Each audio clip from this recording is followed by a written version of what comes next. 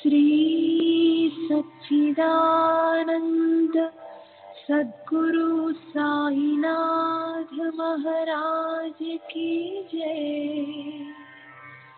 सद्गुरु श्री साईनाथुनि शरद बाबू जी की जय।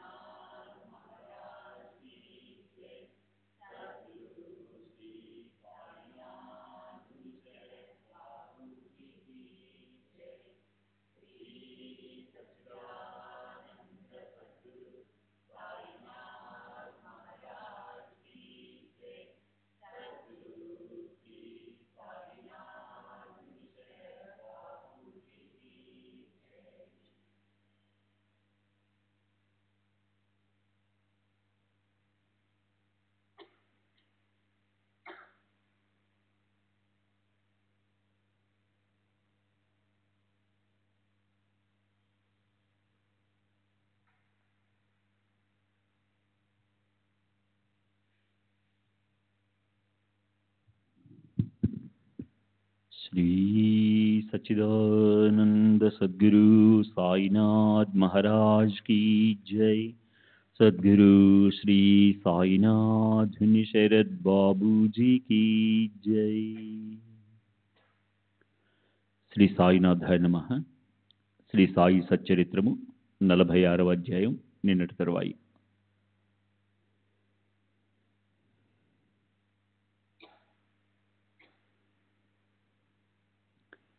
కాశీలోని మంగళఘాటు వద్ద బంగారు రేకులతో పొదిగిన సుందరమైన లక్ష్మీనారాయణ మందిరానికి జటారు యజమాని. అయోధ్యలో కూడా జటారు యొక్క శ్రీరామ మందిరం ఉంది. ఈ రెండు క్షేత్రాలలోనూ అప్పాకు మాధవరావుకు గౌరవాదరాలు చేయవలసిన పనిని అతడు గుమాస్తాకు అప్పగించాడు. మాధవరావు, అప్ప గ్వాలియర్ నుండి మధురకు వెళ్లారు. వారితో పాటు వజే, బినీవాలే, పెండార్కర్ కూడా వెళ్లి ఆ ముగ్గురు తిరిగి వచ్చేశారు. అక్కడి నుండి అప్పాకోతే మాధవరావు ప్రయాగకు వెళ్లి శ్రీరామనవమి ఉత్సవానికి అయోధ్యకు చేరుకున్నారు. అక్కడ 21 రోజులున్నారు. 2 నెలలు కాశీలో గడిపారు. చంద్రగ్రహణం, సూర్యగ్రహణం గడిచాక ఇద్దరు గయకు బయలుదేరారు. వారు రైలు బండిలో ఉండగా గయలో ప్లేగు వ్యాపించి ఉన్నదని, సందులలో గొంతులలో ఉన్న జనం అదే చింతలో ఉన్నారని అక్కడి పరిస్థితిని విన్నారు. రైలు గయ స్టేషన్లో ఆగేసరికి రాత్రి అయినందువలన ఇద్దరూ అక్కడే ధర్మశాలలో విశ్రమించారు. తెల్లవారుగానే పిండ ప్రదానం చేయించే బ్రాహ్మణుడు వచ్చి యాత్రికులంతా వెళ్ళిపోతూ ఉన్నారు, త్వరగా పదండి అని చెప్పాడు. మాధవరావుకు దిగులు. సరే వస్తాం, కానీ ప్లేగు మీ బస్తీలో కూడా ఉందా అని మెల్లగా అతనిని అడిగాడు. అక్కడ అలాంటిదేమీ లేదు, మీరు అక్కడికి వచ్చి చూడండి, మీరు నిశ్చింతగా నా వెంటరండి అని చెప్పాడు. ఇద్దరు అతని వద్దకు వెళ్లి విశాలమైన అతని ఇంటిని చూచి సంతోషించారు. వారి ఆనందానికి మరో కారణం, వారు కూర్చోగానే ఎదుట బాబా యొక్క పటాన్ని చూచారు. మాధవరావు హృదయం ద్రవించి గద్గదుడయ్యాడు. గయ వంటి దూర ప్రదేశంలో సాయి యొక్క పటం కళ్లకు కనిపిస్తుందని అతడు అసలు అనుకోనేలేదు. ఇద్దరు ఆశ్చర్యపోయారు. మాధవరావు బాగా కరిగిపోయాడు. కళ్ళలో నుండి ఆనందాశ్రువులు దొర్లాయి. మీరు ఎందుకు ఏడుస్తున్నారు అని బ్రాహ్మణుడు ప్రశ్నించాడు. ఏ కారణం లేకుండా మాధవరావు ఏడుస్తుంటే బ్రాహ్మణునికి సందేహం కలిగింది. అతని మనసు వికలమైంది. గయలో ప్లేగు ఉంది, యాత్ర చక్కగా జరుగుతుందా అని మాధవరావు చింతిస్తూ ఉన్నాడని అతడు బాధపడ్డాడు. ఇక్కడ ప్లేగు లేదని మీకు ముందుగానే చెప్పాను కదా, అయినా మీరు దుఃఖపడడం మాకు చాలా ఆశ్చర్యంగా ఉంది. మా మీద విశ్వాసం లేకపోతే వీరందరినీ అడగండి, ఇక్కడ మీకు వెంట్రుక వాసి అంత కూడా భయం లేదు, ఎందుకు కళ్ళ వెంట నీరు కారుస్తున్నారు అని అన్నాడు. ప్లేగు భయంతో యాత్రికుని ధైర్యం సడలిపోయి ఊరికే నిష్కారణంగా ఏడుస్తున్నాడు అని తలచి బ్రాహ్మణుడు వారికి నచ్చజెప్పబోయాడు. కానీ మాధవరావు మనసులో, మా సాయి తల్లి నాకంటే ముందుగా వచ్చి నా ఎదుట ఎలా ఉంది, కాశీ ప్రయాగ యాత్ర ముగించుకుని శ్యామ కంటే ముందుగా వస్తానని బాబా మునుపు చెప్పిన వచనం ప్రత్యక్షంగా అనుభవమైంది. ఇంట్లోకి అడుగు పెట్టగానే కళ్ళ ఎదుట బాబా పటం కనిపించగా అనుకోకుండా సంభవించినది అతనికి అత్యంత చమత్కారమని అనిపించింది. ప్రేమతో కంఠం గద్గదమైంది. కళ్ళు ఆనందాశ్రులతో నిండాయి. శరీరం అంతా రోమాంచితమై చెమట పట్టింది. మాధవరావు యొక్క ఈ స్థితిని చూచి అతడు ప్లేగు ఉందని భయపడ్డాడు, అందువల్లనే ఏడుస్తున్నాడు అని బ్రాహ్మణుడు మరో విధంగా తలచాడు. తరువాత శ్యామాయి జిజ్ఞాసతో బ్రాహ్మణుని, ఈ పటం నీకు ఎలా లభించింది, మొత్తం చెప్పు అని అడిగాడు. 12 సంవత్సరాల క్రితం జరిగిన విశేషాన్నంతా బ్రాహ్మణుడు మాధవరావుకు చెప్పసాగాడు. దానిని వినండి. ఆ బ్రాహ్మణునికి 100 కాదు 200-300 మంది జీతం పుచ్చుకునే నౌకరులున్నారు. మన్మాడ్ మరియు పొణతాంబేలో ఉన్నారు. యాత్రికులకు సదుపాయం కలిగించడం అతని నిత్య వృత్తి. అతని వ్యవహారం అలా జరుగుతుండగా అతడు షిరిడికి వెళ్ళాడు. సాయి సమర్థులు గొప్ప సత్పురుషులు అని విని వారి దర్శనంతో పునీతుడవ్వాలని అతని ఉద్దేశ్యం. సాయిబాబా దర్శనం చేసుకుని వారి పాదాలకు వందనం చేశాక వారి పటాన్ని సంపాదించాలని అతని కోరిక కలిగింది. మాధవరావు వద్ద బాబా పటం ఒకటి గోడకు తగిలించి ఉంటే దానిని బ్రాహ్మణుడు కోరాడు. మాధవరావు బాబా అనుమతితో దానిని అతనికి ఇచ్చాడు. ఆ బాబా పటమే ఇది అని, ఆ బ్రాహ్మణుడు ఇతడే అని మాధవరావుకు గుర్తుకొచ్చింది. బాబా నన్ను ఇక్కడికే ఎలా పంపించారు, ఇంతకాలానికి ఈ కలయిక ఎలా సంభవింపజేశారు, వాస్తవానికి 12 సంవత్సరాల క్రితం జరిగిన దానిని ఎవరైనా ఎందుకు గుర్తుంచుకుంటారు? ఇది మనసుకు ఎప్పుడూ గుర్తుకు రాలేదు. బాబా యొక్క అగాధ లీల. శ్యామను అక్కడికే పంపించి అక్కడే తమ దర్శనాన్ని కలిగించారు. బ్రాహ్మణుడు కూడా అత్యంత సంతుష్టుడయ్యాడు. తన దగ్గరున్న ఈ పటాన్ని సాయిబాబా ఆజ్ఞను తీసుకుని తాను ఇతనికి ఇచ్చానని శ్యామ గుర్తుకొచ్చింది. షిరిడికి వెళ్ళినప్పుడు మునుపు ఇతని వద్దే బస చేశాను, ఇతడే బాబా దర్శనాన్ని చేయించాడు అని బ్రాహ్మణుడికి గుర్తొచ్చింది. ఒకరికి ఒకరు చేసుకున్న ఉపకారాలను తలుచుకుని చాలా సంతోషించారు. బ్రాహ్మణుడు శ్యామకు గయలో మంచి సదుపాయాలను చేశాడు. అతడికి ఎంతటి ఐశ్వర్యం అంటే ఏనుగులు అతని ఇంటి ముందుండేవి. తాను పల్లకిలో కూర్చుని శ్యామను ఏనుగుపై కూర్చుండబెట్టాడు. పూజా సామగ్రిని వెంట తీసుకుని విష్ణు పాదాల వద్దకు వెళ్లి దేవునికి అభిషేకం చేయించి యథావిధిగా పిండ ప్రదానం కూడా చేయించాడు. అటు తర్వాత బ్రాహ్మణ సంతర్పణ, నైవేద్య సమర్పణ పూర్వకంగా భోజనంతో యాత్ర సంపూర్ణమైంది. ఇదంతా బాబా ఆనందంగా చేయించారు. బాబా యొక్క నోటి నుండి వెలువడిన మాటలు అర్థభరితం మరియు అవి అక్షరం అక్షరం అనుభవంలోకి వస్తాయని ఈ కథా సారాంశం. బాబాకు భక్తులపైన అపారమైన ప్రేమ కూడా. బాబా ప్రేమ భక్తులపైన మాత్రమేనా? ఇతర ప్రాణులు కూడా వారు సమానంగా చూస్తారు. అన్ని ప్రాణులతో వారికి తాదాత్మ్యం. వారికి ప్రాణులపై చాలా ప్రేమ. లెండి నుండి మసీదుకి వచ్చేటప్పుడు మామూలుగా దారిన నడుస్తుండగా ఎప్పుడైనా మేకల మంద కలిస్తే బాబాకు పరమానందం.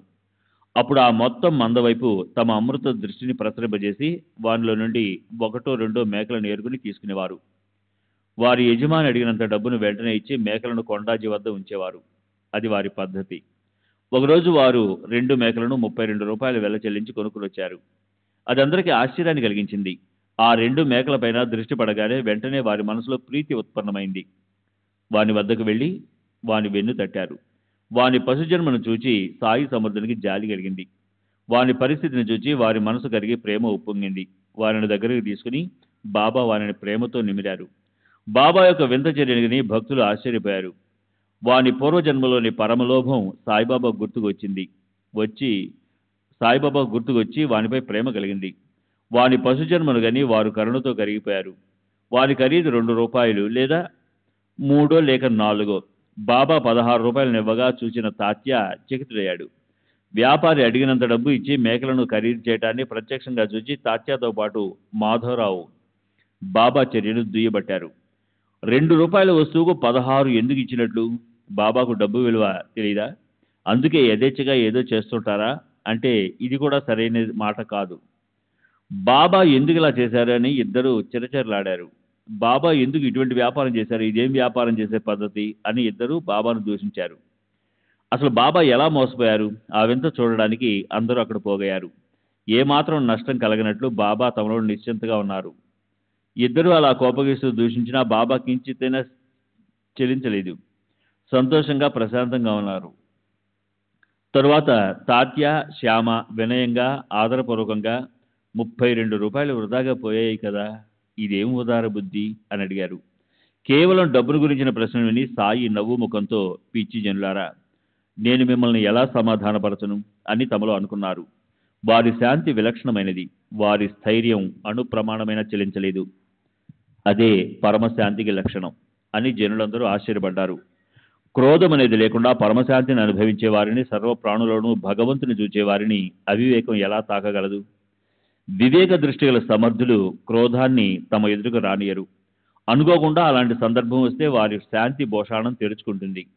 నిరంతరం అల్లా మాలిక్ అని ధ్యానం చేసే వారి మహిమను నేను ఎంతని వర్ణించను. వారి చరిత్ర అగాధము మరియు గహనము, అతి పావనము, శుభప్రదము. జ్ఞానస్వరూపం, వైరాగ్యనిధి, శాంతి సాగరం, సంపూర్ణ కరుణాబుద్ధి గల సాయి ఏమన్నారో వినండి.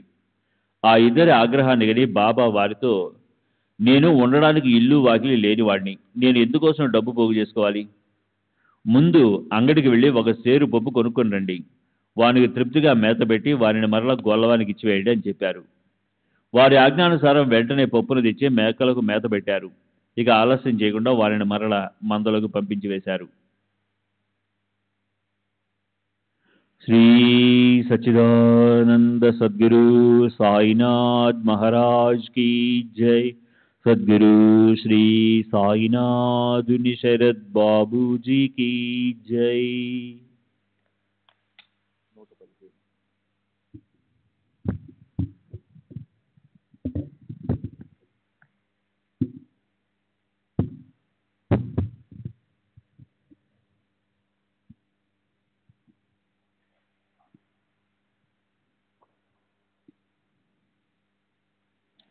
ఆ విధంగా రూపాయలు పోయినవి.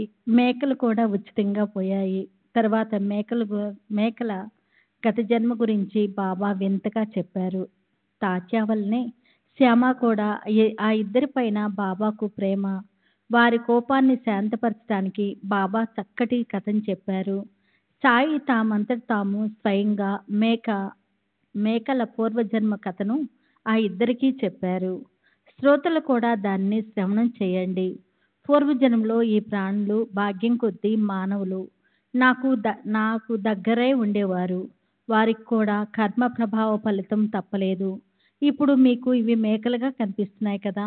పూర్వజన్మలో ఈ మేకలు సోదరులు పరస్పరము కొట్టుకొని పరిణామంగా ఈ రూపాన్ని పొందారు. మొదట్లో అన్నదమ్ముల్లో ప్రేమ ఉండేది. ఒక కంచంలో తిని ఒక మంచంలో పడుకునేవారు. రోజు ఒకరి యోగక్షేమాలను ఒకరు ఆలోచించేవారు. ఆ ఉభయల్లో ఐక్యత బాగా ఉండేది. ఆ ఇద్దరు సహోదరులే అయినా దుర్భరమైన ధర్మ సంయోగం వల్ల భయంకరమైన ద్రవ్యలోభం కారణంగా వారిలో శత్రుత్వం ప్రబలింది. పెద్దవాడు మహా సోమరి, చిన్నవాడు అహర్నిశలు శ్రమించి ధనాన్ని కూడబెట్టుకున్నాడు. అందువల్ల పెద్దవానికి అసూయ కలిగింది. కంటకంగా ఉన్న తమ్ముని తొలగించితే తనకు ద్రవ్యానికి లోటుండదు అని పెద్దవాడు తన లోపంతో చెడుగా ఆలోచించసాగాడు. ధనం మీద మోహం దృష్టికి ప్రతిబంధకమైంది. కళ్ళు ఉండి అతడు అంధుడయ్యాడు. బంధుత్వాన్ని, సోదర ప్రేమను మర్చిపోయి తమ్ముణ్ణి హతమార్చడానికి సన్నద్ధుడయ్యాడు. ప్రారబ్ధ కర్మ భోగము పరమ కఠినమైనది. నిష్కారణంగా శత్రుత్వము ఉత్తన్నమైంది. రహస్యంగా ఉన్న కపటము బయటపడింది. లోభము నిగ్రహించుకోలేనంతగా పెరిగింది. వారి ఆయువు తీరిపోయింది. సోదర ప్రేమను పూర్తిగా మర్చిపోయారు. దురాభిమానం ఎంతో పెరిగిపోయింది.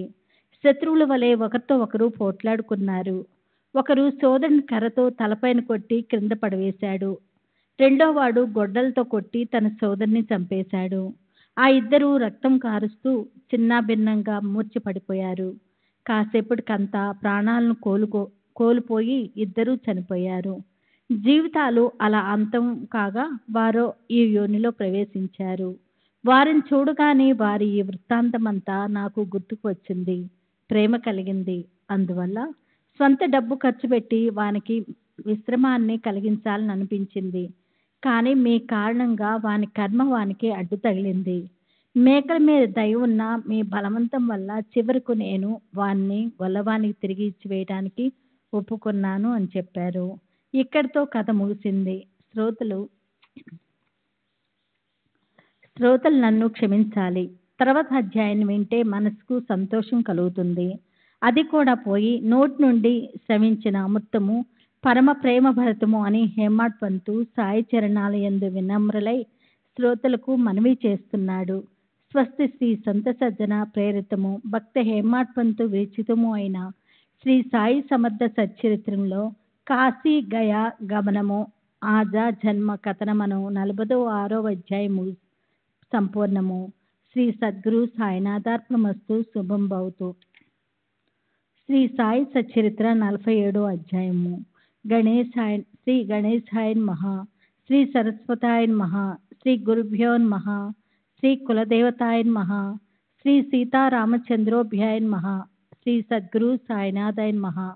పరమానందాన్ని ఉత్తనం చేసే సాయి యొక్క ఈ ముఖాన్ని ఒక్క క్షణం చూస్తే చాలు, అది అనంత జన్మల దుఃఖాన్ని నశింప చేస్తుంది. అట్టి వారి వదనము ధన్యము.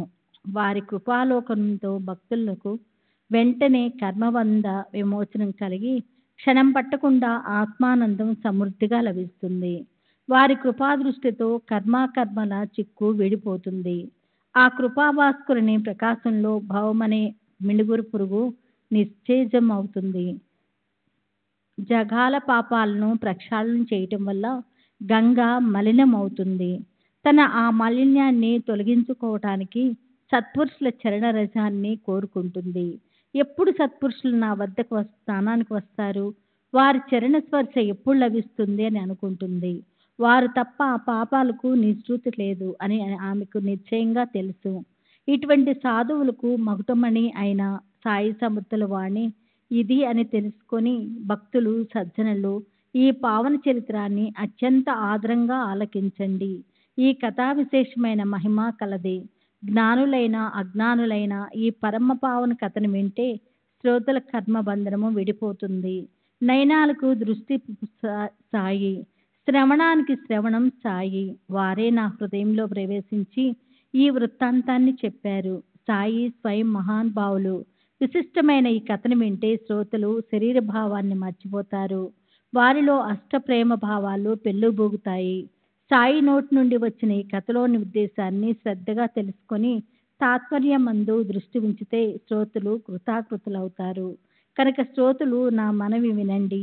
నేను ఈ కథను చెప్పేవాడిని అయినా ఇందులోని సారాన్ని తెలుసుకోలేకపోతే నేను కూడా మీ వల్లనే రిక్త మనస్కుని. భక్తులపైన బాబా యొక్క ప్రేమను స్మరించుకుంటే మనసు తన మనోధర్మాన్ని మర్చిపోతుంది. ప్రపంచ బాధల నుండి ఉపశమనం కలుగుతుంది. ఇంతకంటే పరమలాభం మరేమిటి? పూర్వకథనం సంతానము. శ్రోతల కథను శ్రద్ధగా సావధానంగా వింటే మనసుకు సంతృప్తి కలుగుతుంది. శ్రీ సచ్చిదానంద సద్గురు సాయినాథ్ మహారాజ్ కి జై. సద్గురు శ్రీ సాయినాథుని శరత్ బాబూజీకి జై.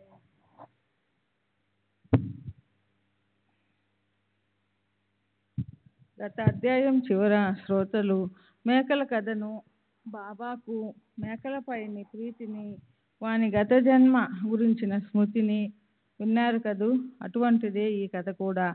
పరాకాష్ఠ అందుకున్న ద్రవ్యలోభం ఎలా అధఃపతనానికి దారితీస్తుందో శ్రద్ధగా వినండి. సాయియే సంపూర్ణ కరుణా కటాక్షంతో ఒకటి తర్వాత మరొక కథను సూచించారు. శ్రవణంలో ఏ విఘ్నాన్ని రానియకుండా సుఖ సంతోషాలను పెంపొందిస్తారు. కథను చెప్పేవారు నోరు అన్నీ స్వయం సాయి సమర్థులే అయినప్పుడు ఇక హేమాడు ఎవరు? అతడు అసలు ఎందుకు? ఊరికే పేరుకే. సాయి కథా సాగర తీరాన కూర్చుండగా మనకు కథలకు కరువా?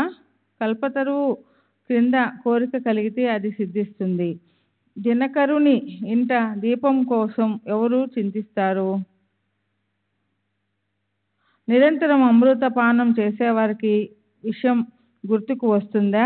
మనకు సాయి వంటి దైవం ఎల్లప్పుడూ వెంట ఉండగా కథా అమృతానికి ఏం కరువు? యథేచ్ఛగా ఆ సంతోషాన్ని అనుభవించండి. కర్మసూత్ర సిద్ధాంతం చాలా కఠినమైనది. అది ఎవరికి అర్థం కాదు. మహాజ్ఞానులను కూడా మోసగిస్తుంది. కానీ ఏమీ తెలియని అమాయక భక్తులను తరింప చేస్తుంది. అట్లే పరమేశ్వరుని నియమం దుర్గమం.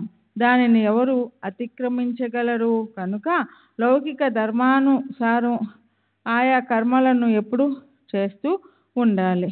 లేకపోతే అత్యంత అధర్మం. మరణం తరువాత వారి కర్మాలను అనుసరించి తదనురూపంగా జన్మలను పొందుతారు. యథా కర్మ యథా శృత శుక్రబీజ సమన్విత. వారి కర్మానుసారం జ్ఞానానుసారం కొందరు శుక్రబీజాలతో కలిసి యోని ద్వారా ప్రవేశిస్తారు. కొందరు స్థావరాలుగా జన్మిస్తారు. యథా ప్రజ్ఞం హి సంభవం. వారి బుద్ధిని అనుసరించి జన్మ. ఈ శృతి వచనానికి అర్థం ఎవరికీ తెలియదు. జన్మను పొందాలి అనుకుంటే దానిని నచ్చిన విధంగా పొందాలి.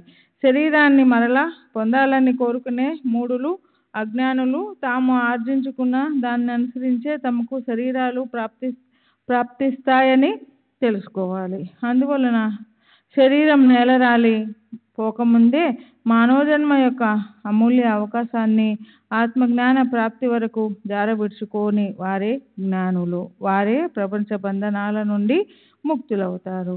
ఇతరులు ప్రపంచ చక్రంలో పడతారు. ఎప్పుడు శరీర బంధనం నుండి విడిపోరు. వారికి జన్మజన్మల యాతన తప్పదు.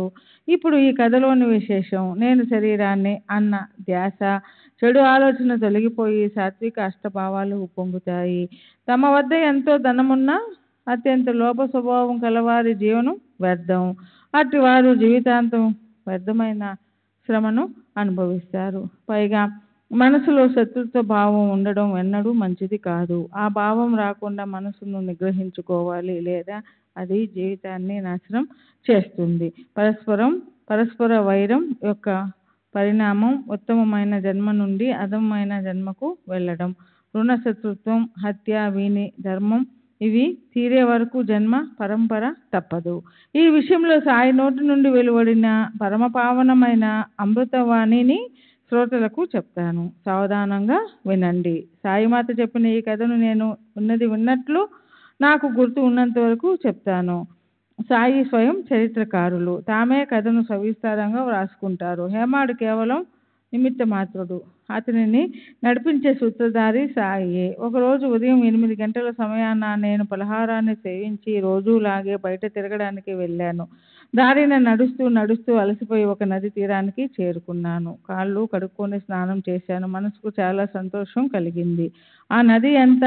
ఈ రహతా నది అంతే. 2 తీరాలను తాకుతూ నీరు నిండుగా ఉంది. ఒడ్డున ఒక రకం గడ్డి చెట్లు ఉన్నాయి. అక్కడక్కడ కాలిబాట ఉంది. బండి వెళ్లే దారి కూడా స్పష్టంగా కనిపిస్తూ ఉంది. నది తీరాన వృక్షాలు దట్టంగా ఉండటం వలన వాని నీడ కూడా బాగా ఉంది. చల్లని గాలి మెల్లమెల్లగా వీస్తూ ఉంటే మనసుకు చాలా ఆనందంగా ఉంది. చెట్లు గుంపుగా ఉన్న చోటును చూసి వాని నీడలో స్వేచ్ఛగా కూర్చున్నాను. చిలుంగొట్టం నింపాలని దానికోసం బట్టను తడపడానికి వెళ్ళగా అక్కడ బెకబెకమని చప్పుడు వినిపించింది. ఆ శబ్దం కప్పదే అయి ఉండవచ్చు అని నాకు అనిపించింది. నీరు ఉన్న చోట కప్పలు ఉండడం సహజం. ఇందులో విశేషం ఏముంది? బట్టను తడుపుకొని నేను తిరిగి వచ్చి చెకుముకు రాయిని చేతిలోనికి తీసుకున్నాను. రాతి నుండి నిప్పురవ్వ వచ్చి చిలుం వెలిగి తయారయ్యింది. అకస్మాత్తుగా ఒక బాటసారి వచ్చి వందనం చేసి నా దగ్గర కూర్చున్నాడు. నా వద్ద నుండి వినయంగా చిలిం చేతిలోనికి తీసుకొని చాలా దూరం వచ్చారు అని సగౌరవంగా పలకరించాడు. మసీదు ఇక్కడి నుండి చాలా దూరం. మీరు అక్కడికి వెళ్ళేసరికి ఎండ ఎక్కువైపోతుంది. ఈ వెనకే మా ఇల్లు. చిలుం త్రాగి ఇంటికి వెళదాం. అక్కడ కొంచెం రొట్టె అది తిని కాసేపు విశ్రమించి ఎండ బాగా తగ్గిపోయాక సంతోషంగా తిరిగి వెళ్ళవచ్చు. నేను కూడా మీ వెంట వస్తాను అని చెప్పి బాటసారి చిలుం వెలిగించి పీల్చడానికి గౌరవంగా నాకు ఇచ్చాడు. అక్కడ ఆ కప్ప ఆర్త స్వరంతో బిగ్గరగా ఏడవసాగింది. ఆ కేకలు ఏమిటి అని బాటసారి నన్ను అడిగాడు. అప్పుడు నేను అతనితో, నదీ తీరాన ఒక కప్ప కష్టంలో చిక్కుకుంది. దాని కర్మ దాని వెంట పడింది. నీకు ఆ కథ చెప్తాను విను. పూర్వజన్మలో చేసుకున్న దానిని ఈ జన్మలో అనుభవించాలి. కర్మఫలాన్ని అనుభవించక తప్పదు. ఇప్పుడు ఏడిస్తే ఏం లాభం అని అన్నాను. నా మాటలు వినే చిలుం నా చేతికిచ్చి నేను వెళ్ళి చూచి వస్తాను అని బాటసారి అక్కడి నుండి బయలుదేరాడు. నిజంగా ఆ కప్పయేనా లేక వేరే జీవియా? అయితే దానికి ఏం దుఃఖమో అన్న నా సందేహాన్ని తీర్చుకుంటాను. అతని కుతూహలాన్ని గమనించి నేను, వెళ్ళి చూడు, ఒక పెద్ద పాము నోట్లో కప్పపడి ఏడుస్తూ ఉంది. ఆ రెండు దుష్టులు. వాని కృత్యాలు ఘోరమైనవి. పూర్వజన్మల భయంకరమైన పాపకర్మల ఫలితాన్ని అనుభవించడానికి ఈ శరీరాలను పొందాయి అని చెప్పాను. అలా మాట్లాడుతూ ఉండగా బాటసారి ఆ స్థలానికి వెళ్ళి ప్రత్యక్షంగా చూచి వచ్చిన విషయాన్ని చెప్పాడు. కాలసర్పం లాంటి పెద్ద పాము నోరు చాలా పెద్దదిగా ఉంది. కప్ప కూడా భయంకరంగా ఉంది. కానీ అది పాముకు పలహారం. అది పాము నోటిలో ఆహుతి అయిపోయింది. అరగంటో గంటో అంతే. క్షణంలో దానికి నిశ్చింత కలుగుతుంది. కర్మగతి ఎంత విచిత్రం అని అన్నాడు. అప్పుడు నేను అతనితో, అలా ఏం జరగదు. దాని బాబును నేను మరి ఇక్కడ ఎందుకు ఉన్నాను? ఆ స్థలాన్ని వదిలి ఇక్కడికి వచ్చి కూర్చున్నాను. మరి ఆ కప్పను తిననిస్తానా? చూడు, దానిని నేనెలా విడిపిస్తాను. ఇప్పుడు ఈ దెబ్బలాట నుంచి విడిపించి మనం ఇంటికి పోదాం. పద ఓసారి చిలుం నింపు, ఇక ఆ పాము ఏం చేస్తుందో చూస్తాను అని చెప్పాను. శ్రీ సచ్చిదానంద సద్గురు సాయినాథ్ మహారాజ్ की जय. सद्गुरु श्री साईनाथ शरद बाबू जी की जय. श्री सच्चिदानंद सद्गुरु साईनाथ महाराज की जय. सद्गुरु श्री साईनाथ शरद बाबू जी की जय.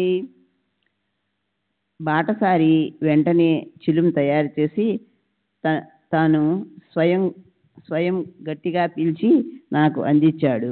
నేను దానిని పీల్చడానికి చేతికి అందుకున్నాను. నేను 2 పీల్పులు పీల్చాను. బాటసారిని వెంటబెట్టుకొని చెట్ల మధ్య నుండి ఆ ప్రత్యేక స్థలానికి చేరుకున్నాను. మరల ఆ పామును చూచి బాటసారి భయపడిపోయి, ఎంతటి భయంకరమైన ప్రాణి అని భయంతో నన్ను వారించాడు. మీరు ముందుకు వెళ్ళకండి, ఆ పాము మీ దగ్గరికి రాగలదు. ఆ చోటు చాలా ఇరుకుగా ఉంది. ఇక్కడ నుండి పరిగెత్తాలన్నా వీలు కాదు. కనుక మీరు అటు వెళ్ళవద్దు అని అన్నాడు. ఆ దృశ్యాన్ని చూచి బాటసారికి ప్రాణభయం పట్టుకుంది. తర్వాత నేను తెలియజేసిన ఆ రెండింటి శత్రుత్వ భావానికి సంబంధించిన కథను వినండి. ఒరేయ్ బాబు వీరభద్రప్ప, ఈ బసవప్ప నీకు ఇప్పటికీ శత్రువేనా? కప్పరూపం వచ్చిన పశ్చాత్తాపం పొందలేదా? నీవు కూడా సర్పయోనికి వచ్చావు కదా, అయినా ఇంకా శత్రుత్వంతో ఉన్నావు. ఇకనైనా సిగ్గుపడు, శత్రుత్వాన్ని మాని నిశ్చింతగా ఉండు. నా నోటి నుండి ఆ మాటలు రాగానే పాము కప్పను వదిలి వేగంగా పారిపోయి వెంటనే నీటిలోకి దూరి అదృశ్యమైంది. కప్ప మృత్యుముఖం నుండి బయటపడి ఎగిరి దూకి చెట్లలోకి పోయి దాక్కుంది. బాటసారి ఆశ్చర్యపోయాడు. మీ మాటలకు పాము కప్పను ఎలా వదిలి పారిపోయింది? పాము ఎలా అదృశ్యమైంది? ఇదేమిటో నాకు అర్థం కాలేదు అని అతను అన్నాడు. వీరిలో వీరభద్రప్ప ఎవరు, బసవప్ప ఎవరు, వీరి శత్రుత్వానికి కారణమేమిటో నాకు చెప్పండి అని అడిగాడు. సరే, ముందు చెట్ల క్రిందకు పోయి చిలుం పిలుచుకున్న తరువాతనే నీ కుతూహలాన్ని తీర్చి నేను నా స్థలానికి వెళ్ళిపోతానని చెప్పాను.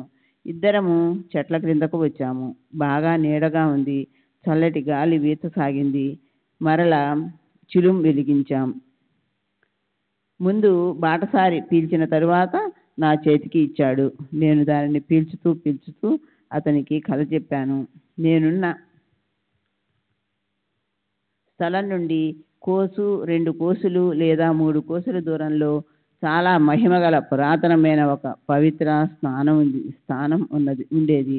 అక్కడ ఏనాటి కాలానిదో శిథిలమైపోయిన ఒక శివాలయం ఉంది. దానిని పునరుద్ధరణ చేయాలని అందరికీ అనిపించింది. అందుకోసం విరాళం రూపంలో చాలా ధనాన్ని పోగు చేశారు. గుడి యొక్క రూపురేఖలను, పూజార్చనల వ్యవస్థను ఏర్పాటు చేసుకున్నారు. ఒక గొప్ప ధనవంతుని నిర్వాహకునిగా నియమించి అన్ని నిర్ణయాలను అతడే తీసుకోవాలని చెప్పి అతని చేతికి డబ్బిచ్చారు. అతడు తన విరాళాన్ని కూడా జతపరిచి ఆ ధనాన్ని వేరుగా ఉంచి చక్కగా జమా ఖర్చు లెక్క వ్రాసి ఆ కార్యాన్ని శ్రద్ధగా చేస్తాడని ఆశించారు. కానీ అతడు చాలా పిసినారి. తన డబ్బు నష్టం కాకుండా పనిని చేయించడం వలన గుడి పని పూర్తి కాలేదు. పోగు చేసిన డబ్బంతా అయిపోయింది, కానీ పని సగమే అయింది. అయినా అతడు తన సొంత డబ్బు 1 పైసా అయినా ఖర్చు పెట్టలేదు. గొప్ప షావుకారు అయినప్పటికీ అతడు లోహత్వానికి పూర్ణావతారం. అతడు తీయగా మాట్లాడేవాడు, కానీ ఆ మాటలు కార్యానికి రూపాన్ని ఇవ్వలేదు. తరువాత అతని వద్ద డబ్బు పోగు చేసి ఉంచిన వారంతా సమావేశమయ్యారు. నీకు ఇంతటి ఐశ్వర్యం ఉంది కానీ ఏం ప్రయోజనం? నీవు సహాయం చేయకపోతే ఆ మహాదేవుని మందిరం ఎలా పునరుద్ధరింపబడుతుంది? ఆలోచించు. మేము మరలా ప్రజల వద్ద విరాళాలు వసూలు చేసి ఆ డబ్బు కూడా నీకు పంపుతాము. ఏ విధంగానైనా ఈ కార్యాన్ని పూర్తి చెయ్యి అని చెప్పారు.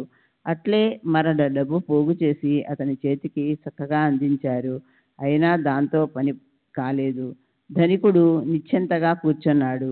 కొన్ని రోజులు గడిచాక దేవునికి ఏదైనా చేయాలని అనిపించింది. అప్పుడు ఆ ధనికుని భార్యకు స్వప్న దృష్టాంతం కలిగింది. నీవైనా మేలుకో, దేవాలయానికి గోపురాన్ని కట్టించు. నీవు ఖర్చు పెట్టిన దానిని 100 నీకు నీలకంఠుడు ఇస్తాడు అని. మరునాడు ఆ దృష్టాంతానంతటినీ ఆమె భర్త చెవిన వేసింది. అతనికి 1 గవ్వైనా ఖర్చు పెట్టాలంటే ప్రాణాంతకం. అందువల్ల ఆ మాటలు అతనికి కోపోద్రేకాన్ని కలుగచేశాయి. అహర్నిశలు ధనం పోగు చేయటమే తప్ప రెండవ విషయం లేనివానికి ఈ స్వప్న దృష్టాంతం అంటే ధన వ్యయం ఎలా నచ్చుతుంది? అతడు భార్యతో, నేను ఈ దృష్టాంతాన్ని నమ్మను, నాకు ఇలాంటి వాటిల్లో అస్సలు విశ్వాసం లేదు అని ఆమెను హేళన చేశాడు. వారి చిత్తవృత్తిని అనుసరించి జగత్తు వారికి కనిపిస్తుంది. తమది మొండి స్వభావం కావడం వలన ఇతరులు కూడా వారికి అలాగే కనిపిస్తారు. నా డబ్బే తీసుకోవాలని దేవుడికి ఉంటే నేను నీకంటే దూరంగా ఉన్నానా? ఆ కళ నీకే ఎందుకు రావాలి? ఆ దృష్టాంతం నీకు మాత్రమే ఎందుకు కలగాలి? దేవుడు నాకు ఎందుకు చెప్పలేదు? దీని భావం నాకేమీ అర్థం కావడం లేదు, కనుక నాకు నమ్మకం కుదరడం లేదు.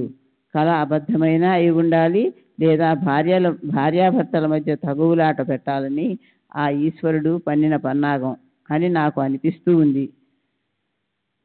ఆలయం యొక్క జీర్ణోద్ధరణ కార్యంలో నా సహకారం తక్కువగా ఉందా?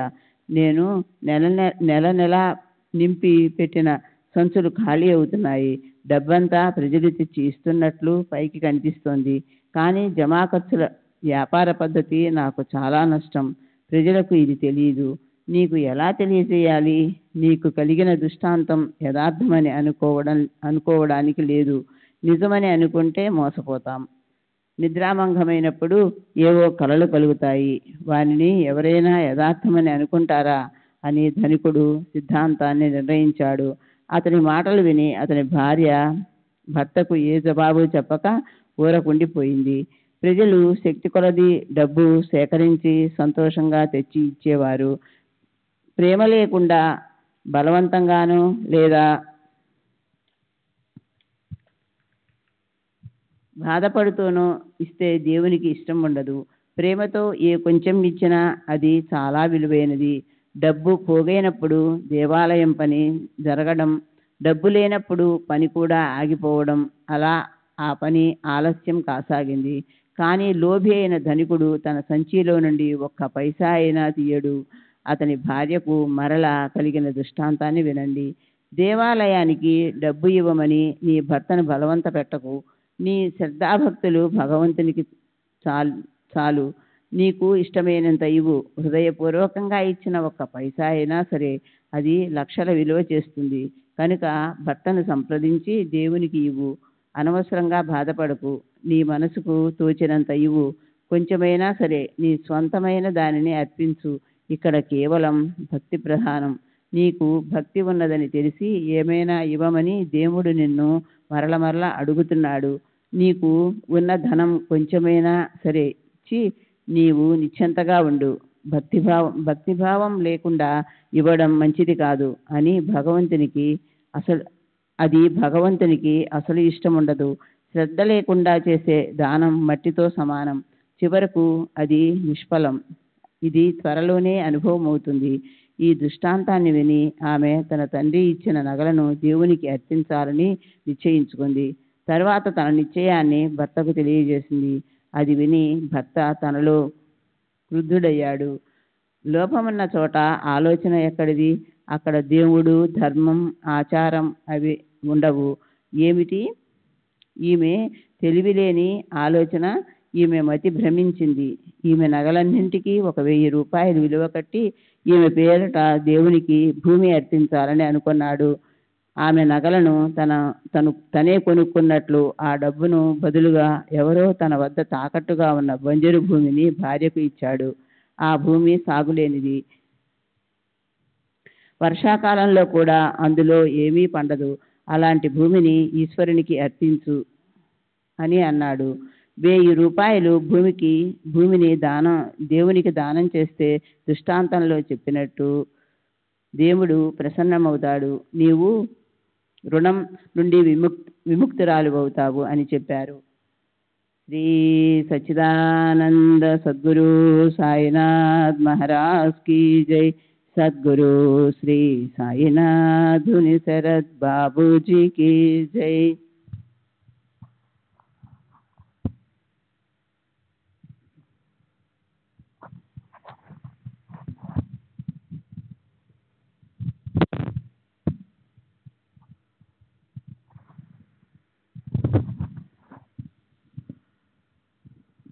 శ్రీ సచ్చిదానంద సద్గురు సాయినాథ్ మహారాజ్ కీ జై. సద్గురు శ్రీ సాయినాథుని శరత్ బాబూజీ కీ జై. భర్త మాటలను విని లోబి భార్య ఆ భూమిని పరమేశ్వరుని ప్రీత్యర్థం భక్తిగా అర్పించింది. నిజానికి ఆ భూమి ఆ ధనికుని వద్ద 200 రూపాయలకు తాకట్టు పెట్టిన దుబకి అను ఆమె ఒక స్త్రీకి చెందినది. దుబకి ఒక అనాథ స్త్రీ. ఆమెయే భూమి యజమానురాలు. డబ్బుకు ఇక్కట్లు కలిగినప్పుడు ఆమె తన భూమి తాకట్టు పెట్టింది. ధనికుడు మహాలోభి. శంకరుని మోసగించడానికి కూడా భయపడలేదు. తన భార్య యొక్క స్త్రీ ధనాన్ని చూపించాడు.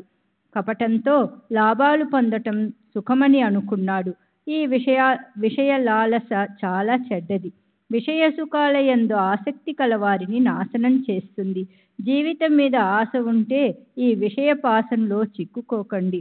శ్రవణ లాలసతో జింక చచ్చిపోతుంది. అందమైన మణిని ధరించి సర్పం, వెలుగును చూడాలనే కోరికతో కీటకం చచ్చిపోతాయి. ఇలా విషయాల యందు ఆసక్తి హానికరం. విషయ సుఖాలను అనుభవించడానికి ధనం అవసరం. దానికోసం గట్టి ప్రయత్నం చేస్తే విషయ తృష్ణ దారుణంగా అధికమవుతుంది. దానిని తొలగించుకోవడం అశక్యం. నిస్సందేహంగా భూమి అస్సలు పనికిరానిది. ఎంత శ్రమపడినా ఒక కణమైనా ఫలించని దానిని కృష్ణార్పణమని అనుకుంటే అటువంటి దానం వలన ఏమి పుణ్యం? కించిత్తైనా సంకల్పం లేకుండా కృష్ణార్పణమని చేసిన దానం ఇష్టం లేకుండా చేసినట్లే. చివర దుఃఖాన్ని కలిగించే దానంతో పాపాన్ని మూట కట్టుకోవడమే. ఇక్కడ దేవాలయంలోని పూజారి పేద బ్రాహ్మణుడు మాత్రం దేవునికి భూమి లభించిందని చాలా సంతోషించాడు. కాలానికి విపరీతం జరిగింది. కృత్తికా నక్షత్ర ప్రభావంతో వర్షం అపారంగా కురిసింది. భయంకరమైన తుఫాను చెలరేగింది. అకస్మాత్తుగా పిడుగు పడింది. ధనికుని భవనమంతా కూలిపోయింది. దేవునికి ఇచ్చిన భూమి మాత్రం సురక్షితంగా ఉంది. మిగతాదంతా దగ్ధమైపోయింది. ధనికుడు కూడా నాశనమయ్యాడు. తన భార్యతో సహా అతడు కూడా మరణించాడు. దుబకి కూడా ప్రాణాలను కోల్పోయింది. అలా ముగ్గురు అంతమయ్యారు. తరువాత ధనికుడు మధురా నగరంలో ఒక పేద బ్రాహ్మణుని ఇంట్లో పుట్టాడు. భక్తురాలైన అతని భార్య శివాలయం పూజారి ఇంట్లో జన్మించింది.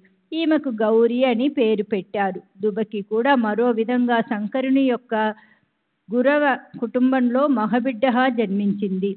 బారసాల చేసి ఆ బిడ్డకు చెన్న బసవప్ప అని పేరు పెట్టారు. ఇలా ముగ్గురి స్థితిగతులలో అంతరం ఏర్పడింది.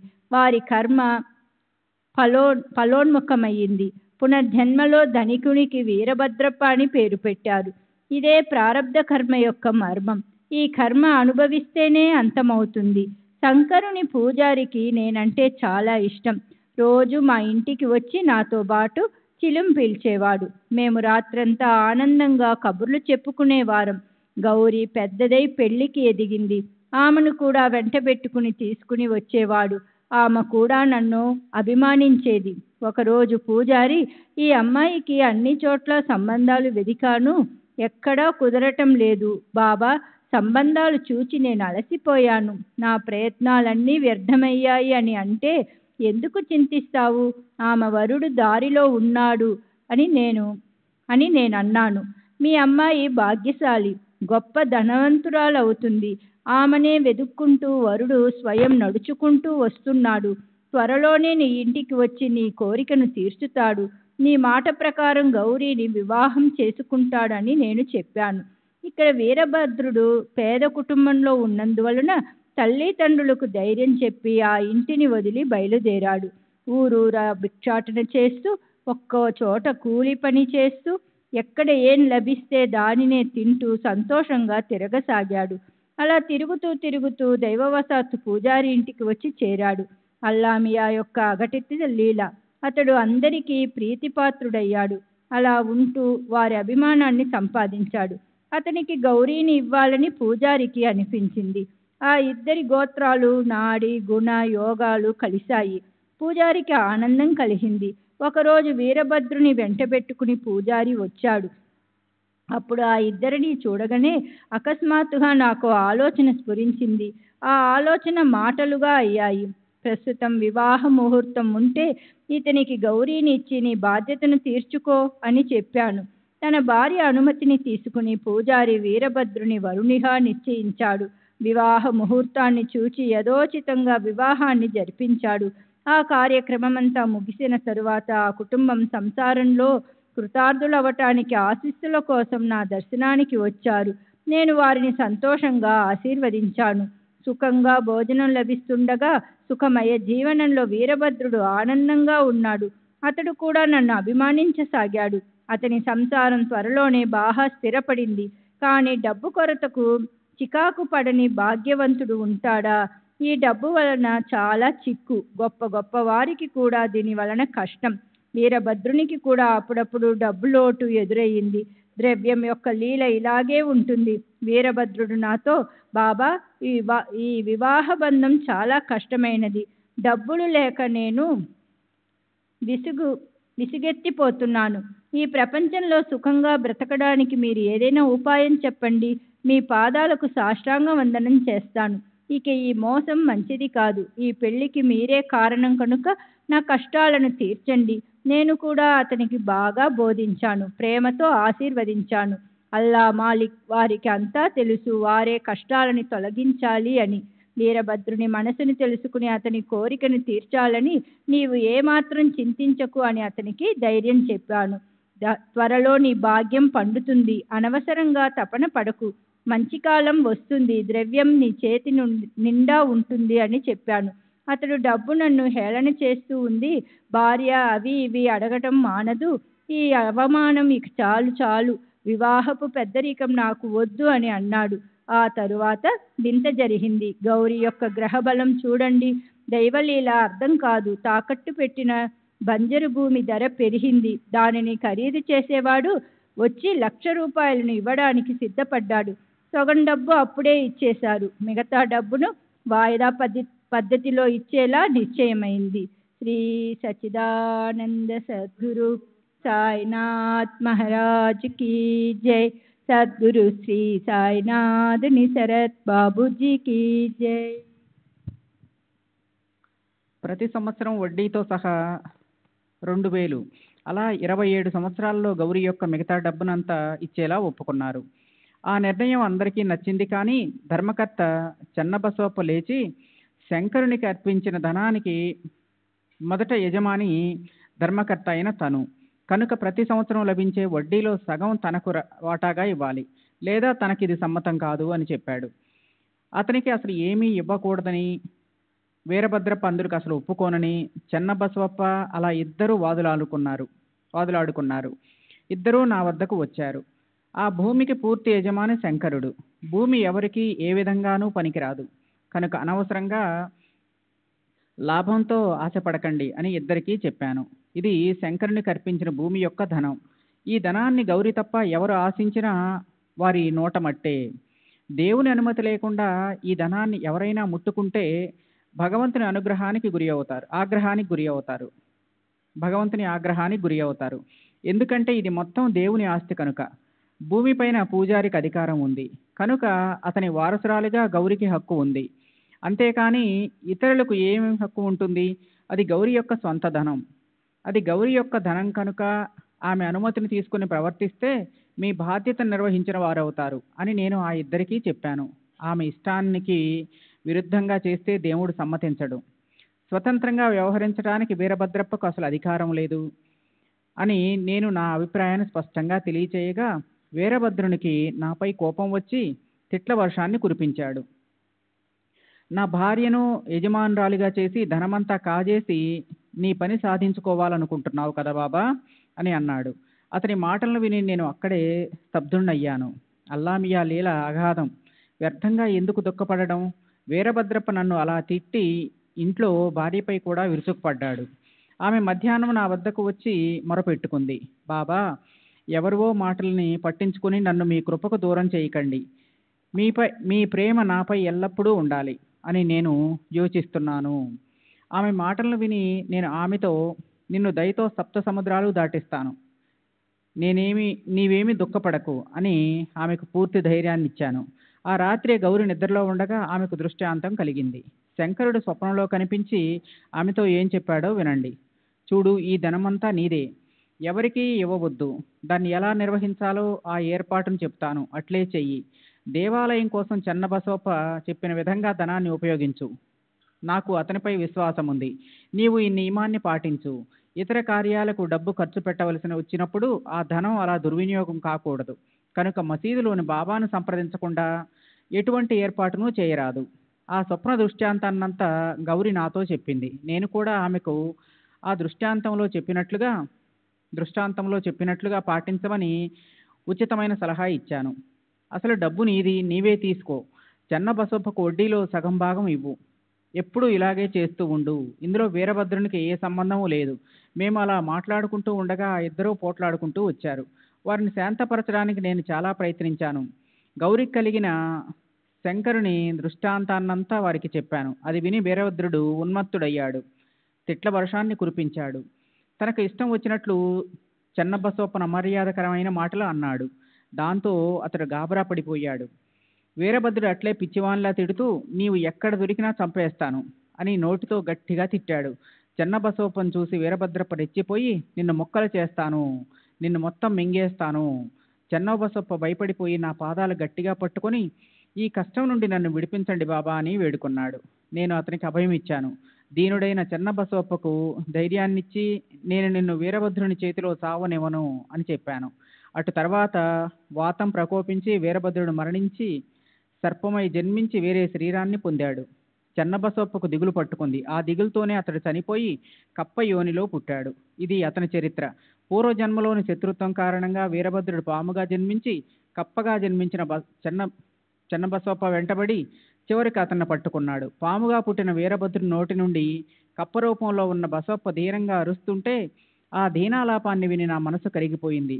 పూర్వం నేను ఇచ్చిన మాట గుర్తుకు వచ్చి పాము నోటి నుండి చెన్నబసవప్పను విడిపించి నా మాటను నిలబెట్టుకున్నాను. అల్లా తన భక్తుల కోసం వారి కష్ట సమయాల్లో పరిగెత్తుకుని వస్తాడు. అతడే నన్ను ఇక్కడికి పంపించి భక్తుల్ని రక్షించాడు. ఇప్పుడు ఇది ప్రత్యక్షంగా అనుభవమైంది. వీరభద్రుని తరిమివేసి చెన్నబసవప్ప కష్టం నుండి రక్షించాడు. ఇదంతా దేవుని లీల. సరే, ఇప్పుడు చిలువు నింపు, త్రాగేసి నా చోటుకి వెళ్ళిపోతాను. నీవు కూడా మీ ఊరికి వెళ్ళు, నన్ను గుర్తించుకో అని చెప్పి చిలువును తాగాను. సత్సంగం యొక్క సుఖం లభించింది. ఆ విధంగా తిరిగి తిరిగి వెనకకు మరలి వచ్చాను. మనసులో అత్యంత ఆనందాన్ని పొందాను అని చెప్పాడు. స్వస్తి శ్రీ సంత సజ్జన ప్రేరేపిత భక్త హేమాడ్ పంతు విరచిత అయిన శ్రీ సాయి సమర్థ సచ్చరిత్రలో శ్రీ సాయి ముఖ శృత కథాకథనం 47వ అధ్యాయం సంపూర్ణం. శ్రీ సద్గురు సాయినాథార్పణమస్తు. శుభం భవతు. శ్రీ సద్గురు సాయినాథ్ మహారాజ్ కీ జై. సద్గురు శ్రీ సాయినాథ్ శరత్ బాబూజీకి జై. శ్రీ సాయి సచ్చరిత్ర 48వ అధ్యాయం. శ్రీ గణేశాయ నమః. శ్రీ సరస్వత్యే నమః. శ్రీ గురుభ్యో నమః. శ్రీ కులదేవతాయే నమః. శ్రీ సీతారామచంద్రాభ్యాం నమః. శ్రీ సద్గురు సాయినాథాయ నమః. ఈ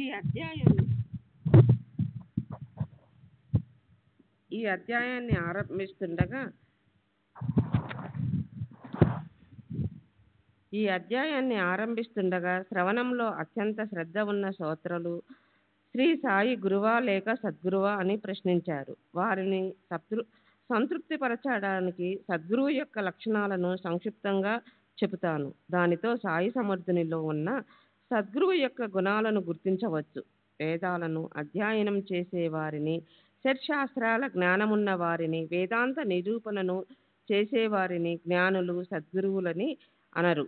ప్రాణవాయువును బిగబట్టి శ్వాసను నిగ్రహించి లేదా తప్త ముద్రలను ధరించే వారిని, బ్రహ్మను వ్యాఖ్యానించి శ్రోతల మనసులను రంజింపచేసే వారిని జ్ఞానులు, సద్గురువులు అని అనరు. శాస్త్రోక్తంగా శిష్యులకు మంత్రాలను ఉపదేశించి వానిని జపించమని ఆజ్ఞాపిస్తారు. కానీ అవి ఎప్పుడూ సిద్ధిస్తాయి అన్న నమ్మకం ఎవరికీ ఉండదు.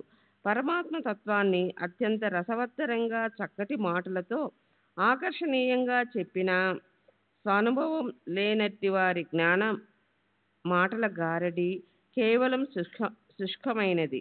వేదాంత నిరూపణను శ్రద్ధగా విన్న క్షణంలో ఇహపర సుఖభోగాల యందు విరక్తి కలుగుతుంది. కానీ అనుభవ జ్ఞానం కలగదు.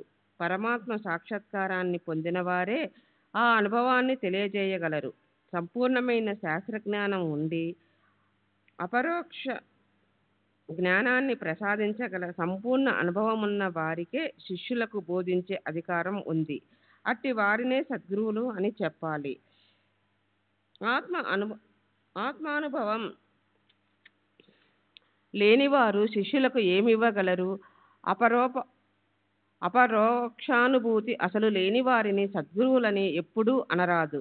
శిష్యులతో సేవ చేయించుకోవాలని కలలోనైనా తలచిన వారు, తమ శరీరాన్ని శిష్యుల కొరకు వినియోగించాలని కోరుకునేవారు సద్గురువులని తెలుసుకోవాలి. శిష్యుడు ఎందుకు పనికిరానివాడు. గురువు శ్రేష్ఠులలో శ్రేష్ఠుడు అన్న అహంభావం లేకుండా మంచిని కలిగించేవారు సద్గురువు. శిష్యుడు పూర్ణ బ్రహ్మస్వరూపమని భావించి అతనిని పుత్రప్రేమతో చూస్తూ తన పోషణకి అతని వద్ద నుండి ఏదీ ఆశించని సద్గురువు జగత్తులో పరమశ్రేష్ఠుడు.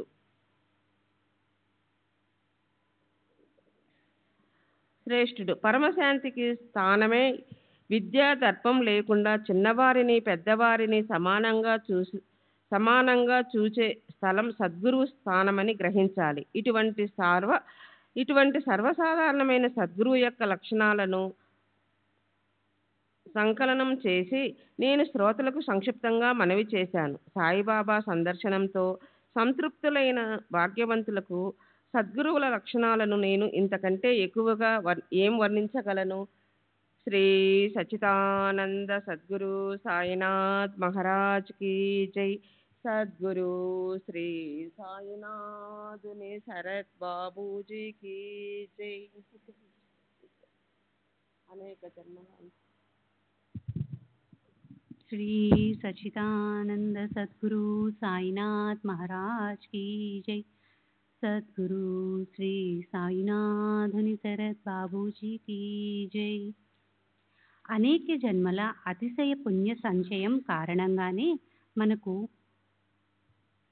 సాయి సద్గురువు చరణాలు లభించాయి. సాయిబాబా చిన్న వయసు నుండి దేనిని తీసుకునేవారు కాదు. వారికి ఇల్లు వాకిలి వంటి ఏ ఆధారము లేదు. చిలుం పొగాకు మాత్రమే వారి వద్ద ఉండేవి. వారి మనోనిగ్రహం గొప్పది. 18 సంవత్సరాల వయసు నుండి వారి మనసును సంపూర్ణంగా జయించి ఎప్పుడూ నిర్భయంగా ఏకాంతంగా ఆత్మస్వరూపంలో లీనమై ఉండేవారు. భక్తుల యొక్క నిర్మలమైన ప్రేమను గని తాను భక్తి పరాధీనుణ్ణి అన్న విషయం భక్తులకు బాగా తెలియజేయడానికి వారు భక్తి ప్రేమలున్న చోట ఉండేవారు. జయ జయ పరబ్రహ్మ సనాతన, జయ దీర్ఘోధర ప్రసన్నవదన, జన చైతన్య ఘన, భక్తాధీన భక్తులకు తమ దర్శనాన్ని ప్రసాదించండి. జయ జయ ద్వంద్వాతీత, జయ జయ అవ్యక్తావ్యక్త, సర్వసాక్షి సర్వాతీత. భక్తి లేని వారు మిమ్మల్ని తెలుసుకోలేరు. జయ జయ భవ సంతాపహరణ, జయ జయ భవ జగా నిధారణ, జయ జయ ఆశ్రిత ప్రేమపూర్ణ. కష్టాలను తొలగించే సద్గురుదేవ, మీరు అవ్యక్తంలో లీనమై నిరాకారులయ్యారు. శరీరాన్ని త్యజించిన తర్వాత కూడా భక్తుల శ్రేయస్సు కొరకు చేసే మీ కార్యాలు ఆగిపోలేదు. మీరు శరీరంతో ఉన్నప్పుడు చేసిన మీ లీలల అనుభవాలను మీ యందు విశ్వాసం గల భక్తులు మీరు అవ్యక్తంలో కలిసిపోయిన తర్వాత ఈనాటికి కూడా పొందుతున్నాయి. నా వంటి పామరుని నాయంతి పామరుని నిమిత్త మాతృనిగా చేసి అజ్ఞానాంధకారాన్ని తొలగించి భక్తులను తరింపజేయటానికి సమర్థవంతమైన తమ చరిత్రాతరణాన్ని తయారు చేయించారు. పరమేశ్వరుని అసత్వం ముందు విశ్వాసం మరియు పరమేశ్వరుని యందు భక్తి శ్రద్ధలు ఇవే. భక్తుని హృదయంలో ప్రమిదలు, వానిలో ప్రేమనే చమురు పోసి ఒత్తిని వెలిగిస్తే జ్ఞానజ్యోతి ప్రకటమవుతుంది. ప్రేమ లేని జ్ఞానం శుష్కం. దాని వలన ఎవరికైనా ఏం ప్రయోజనం? ప్రేమ లేనిదే శాంతి ఉండదు. ప్రేమ ఒకే చోట అవిచ్ఛిన్నంగా ఉండాలి. ప్రేమ యొక్క మహిమను నేనెంతని వర్ణించను? ప్రేమ ముందు అన్నీ తుచ్చమే. గాఢమైన ప్రేమ లేకపోతే శ్రవణ పఠనం నిష్ఫలం. ప్రేమలో భక్తి ఉంటుంది, విరక్తి, శాంతి కూడా అక్కడే ఉంటాయి. వాని వెనకే ముక్తి తన సంపత్తి సంహితంగా త్రిష్ట వేసుకొని ఉంటుంది. భావం లేకుండా ప్రేమ ఉత్పన్నం కాదు. భావం ఉన్న చోట దేవుడన్న వాడిని తెలుసుకోండి. భావమున్న చోట ప్రేమ పూర్ణంగా ఉంటుంది. భావాన్ని తరించడానికి భావమే ప్రధానం. గంగోదక సమానం పవిత్రం పరమ మధురమైనది శ్రీ సాయి చరిత్ర. దీనినే సాయి పద్యాలతో అలంకరింపజేశారు. హేమడ్ పంత్ నియమంత మాత్రుడే. ఈ సాయి చరిత్రను శ్రవణం చేసే శ్రోతలు వక్త ఎప్పుడూ పవిత్రులు. వారు పాప పుణ్యాలు నశించిపోయి వారికి ముక్తి లభిస్తుంది. దీనిని వినే చెవులు భాగ్యవంతులు.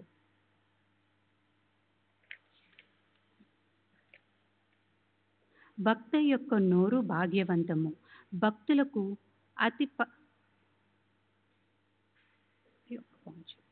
భక్తులకు అతి పవిత్రమైన ఈ సచ్చరిత్రను ధ్యానం, ఈ చరిత్ర